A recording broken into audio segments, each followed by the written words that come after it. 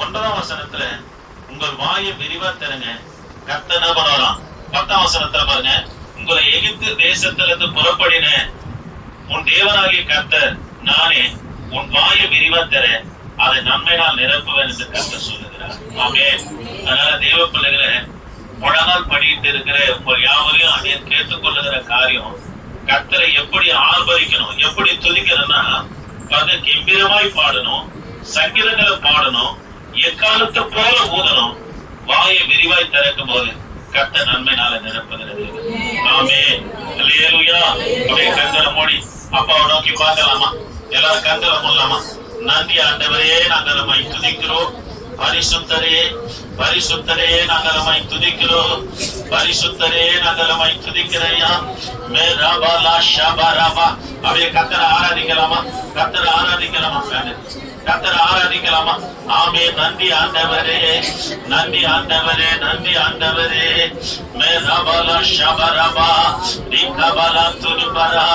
ஆவி ஆண்டவரே, மை துதிக்கிறோம், துதிக்கிறோம், துதிக்கிறோம், துதிக்கிறோம், துதிக்கிறோம், துதிக்கிறோம், துதிக்கிறோம், துதிக்கிறோம், துதிக்கிறோம்.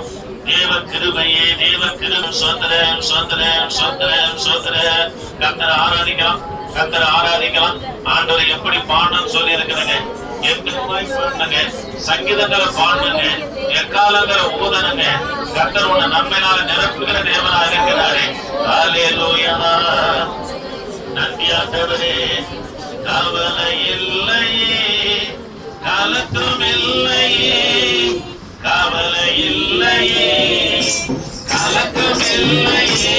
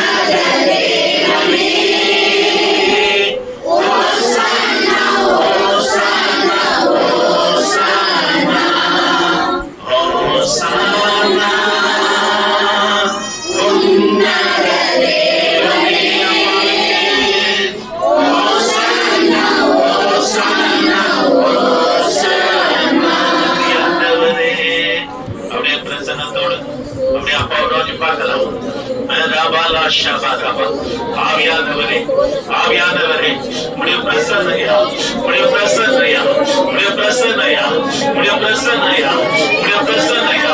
மேராவாலா ஷவாராவாலா ஓரி கமலா துருவனா மேராவாலா சந்துருவனா. ஆவியானவரே, இப்போது கர்த்தருடைய மகிமை இறங்கட்டையா, கர்த்தருடைய மகிமை இறங்கட்டையா, கர்த்தருடைய மகிமை இறங்கட்டையா, கர்த்தருடைய மகிமை இறங்கட்டையா. கர்த்தாவே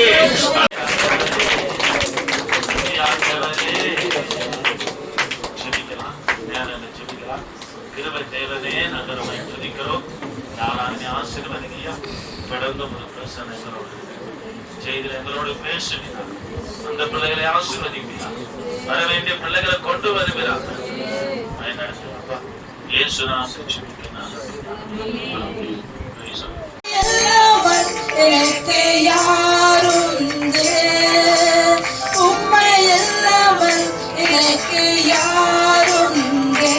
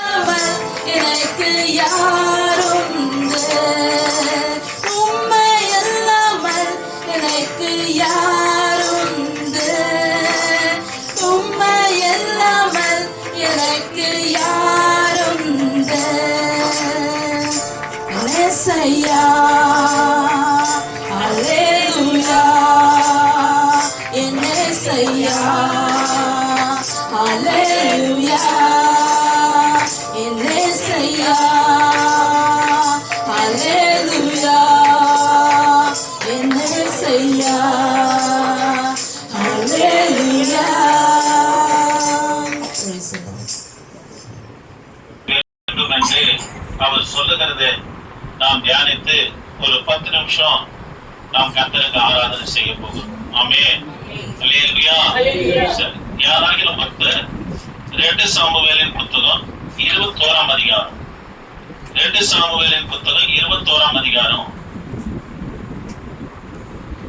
16ல இருந்து கொஞ்சம் வாசிக்கலாம். 16ல இருந்து வாசிக்கலாமா? முன்னூறு சேக்கல் நிறை வெண்கலமான ஈட்டியை பிடிக்கிறவனும் புது பட்டயத்தை அறையிலே கட்டி கொண்டவனுமான இஸ்பிபேனோப் என்னும் ராட்சத புத்திரரில் ஒருவன் தாவீதை வெட்ட வேண்டும் என்று இருந்தான். எல்லாரும் கவனிங்க. தாவீது தன்னுடைய வாழ்க்கையில 40 யுத்தங்களை செய்தார். அது கடைசி யுத்தம் 2 சாமுவேல் புத்தகம் 21ஆம் அதிகாரத்தில் தான் தாவீது செய்கிற கடைசி யுத்தம். தாவீது இந்த 2 சாமுவேல் 21ஆம் அதிகாரம் வரும்போது 70 வயது நிரம்பினவராக விடாய்த்து போய் தாவீது காணப்பட்டார். அப்படி காணப்படும் போது கடைசி யுத்தத்துல பெலிஸ்தர்ல ஒரு மனுஷன், ராட்சத மனுஷனா இருக்கிற ஒரு மனுஷன் தாவீதுக்கு பின்புறமாய் வந்து தாவீதை வெட்டும்படியாய் கத்தியை ஓங்கும் போது 17ஆம் வசனத்துல பாருங்க. செருயாவின் குமாரனாகிய அபிசாய் ராஜாவுக்கு உதவியாக வந்து பெலிஸ்தரை வெட்டி கொன்று போட்டான். அப்பொழுது தாவீதின் மனுஷர் இஸ்ரவேலின் விலக்கு அணைந்து போகாதபடிக்கு நீர் இனி எங்களோட யுத்தத்திற்கு புறப்பட வேண்டாம் என்று அவனுக்கு ஆணையிட்டு சொன்னார்கள். தேவ பிள்ளைகளே, எல்லாரும் கவனிங்க. தாவீது யுத்தத்துக்கு வர வேண்டாம். காரணம் என்னவென்று சொன்னா, தாவீது உமக்கு ஏதாயிரம் ஒன்று ஆகுமான யுத்தத்துல இஸ்ரவேலுடைய விலக்கு அணைந்து போகும் என்று சொல்லி தாவீது என்ன பண்ணாங்க, அரண்மனைக்கு வீட்டுக்கு அனுப்பிட்டாங்க. ஆணை வாங்கி கொண்டு அரண்மனைக்கு அனுப்பிட்டாங்க. தேவ பிள்ளைகளை, ஒரு ஊழியக்காரரா இருக்கட்டும், விசுவாசியா இருக்கட்டும், தேசத்தை ஆளுகிற பிரதமரா இருக்கட்டும், முதல்வரா இருக்கட்டும், வார்டு மெம்பரா இருக்கட்டும், பிரசிடண்டா இருக்கட்டும், எப்படி காணப்படணும்னா விலக்காய் காணப்படுது. ஆமே. அப்ப தாவீது 40 வருஷம் தேசத்தை ஆளுகிற தாவீது பாருங்க, விடாய்த்து போயிருக்கும் போது கடைசியில ஒரு ராட்சித மனுஷன் தாவீதை கொல்லும்படியா வருகிறது. தாவீது கவனிக்கல. அதாவது அபிஷேக் என்பவர் தாவீதுக்கு உதவியா வந்து தாவீதை விடுவித்து அவர் சொல்லுகிறார், தாவீதே, இஸ்ரவேலில கர்த்தருடைய விலக்கு அணைந்து போக கூடாது. ஆகவே நீங்க என்ன பண்ணுங்க, அதை யுத்தத்துக்கு வர வேண்டாம், வீட்டுக்கு அனுப்புற பிற்பாடு தாவீது யுத்த காலத்துல இல்லை என்பதை பெலிஸ்தர் அறிந்து தொடர்ந்து இஸ்ரவேல் மேல 4 முறை யுத்தம் பண்ணாங்க. இப்பதான் ஆசாப் யுத்த காலத்துல போய் பார்க்கிறார். எல்லாருடைய முகமும் சோர்ந்து காணப்படுகிறது. காரணம் என்னவென்று சொன்னா, இஸ்ரவேல் ஜனங்க தோத்துட்டாங்கன்னா பாருங்க, எல்லா வெள்ளாண்மையிலும் கொள்ளாட்சின்னு யார் போயிடுவாங்க, பெலிஸ்தர் போயிடுவாங்க. அது இஸ்ரவேலுக்கும் பண்டிகை, கூடார பண்டிகை நெருங்கி இருக்குது. தோத்துட்டா பண்டிகை கொண்டாட முடியாது. அந்த விளைச்சலை கொண்டு போய்தான் கர்த்தருக்கு அசை காட்டி பாருங்க, அப்பங்களை சுட்டு கர்த்தருக்கு என்ன பண்ண முடியும், பண்டிகை கொண்டாட முடியும். இந்த நிலையில காணப்படும் போதுதான் இவங்க முகமெல்லாம் சோர்ந்து காணப்படுகிறது. ஆசா போகிறார். யுத்த காலத்துல போனவுடனே இஸ்ரவேலுடைய யுத்த வீரருடைய முகமெல்லாம் சோர்ந்து காணப்பட்டது. அப்ப பாடின சங்கீதம்னா 81ஆம் சங்கீதத்துல முதல் பாடின வசனமே 16ஆம் வசனம். உச்சிதமான கோதுமையால் அவர்களை போஷிப்பார், கண்மலை தேனினால் உன்னை திருப்தி ஆக்குவேன் என்று சொல்லுகிறார். தேவ பிள்ளைகளை, சோர்ந்து காணப்பட்ட அவர்களுக்கு தீர்க்க தரிசனமா சொல்றாரு, நீங்க சோர்ந்து போவதில்லை. உச்சிதமான கோதுமைனால நீங்க பண்டிகை கொண்டாடி கர்த்தரை அனுசரிக்க போகிறீர்கள் என்று அவங்களை உற்சாகப்படுத்திட்டு 1ஆம் வசனத்துல சொல்றாரு, எப்படி பாடணும்னா கர்த்தரை கம்பீரமாய் பாடி இருக்குதுங்களா, கம்பீரமாய் பாடி தேவனை குறித்து என்ன பண்ணுங்க, ஆர்ப்பரிங்க. 2ஆம் வசனத்துல சங்கீதங்களை பாடுங்க. 3ஆம் வசனத்துல எக்காலம் ஊதுங்கள் என்று சொல்றாரு. Amen.